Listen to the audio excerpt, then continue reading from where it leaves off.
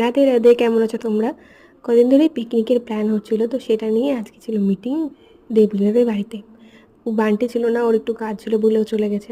বাড়িতে এসে আমার এই পুরনো কভারে যেটা আগে দেখিয়েছিলাম সেটা ফুলগুলো খুলে ফেললাম, কারণ এখন আর ভাল লাগছে না, আর অনেকগুলো খুলেও গেছে।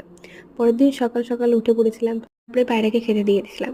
সকালে স্নানটা তাড়াতাড়ি সেরে নিয়েছিলাম, কারণ আগের দিন তোমরা দেখলে দিন তো হেয়ার কাটটা হয়নি, তো সেই জন্য আজকে এসেছি। বলেছিলাম পরের বুধবারে আসবো।